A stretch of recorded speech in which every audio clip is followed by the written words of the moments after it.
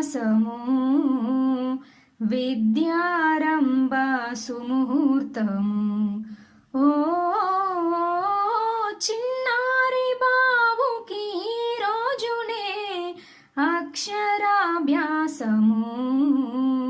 విద్యారంభ సుముహూర్తము. ఓ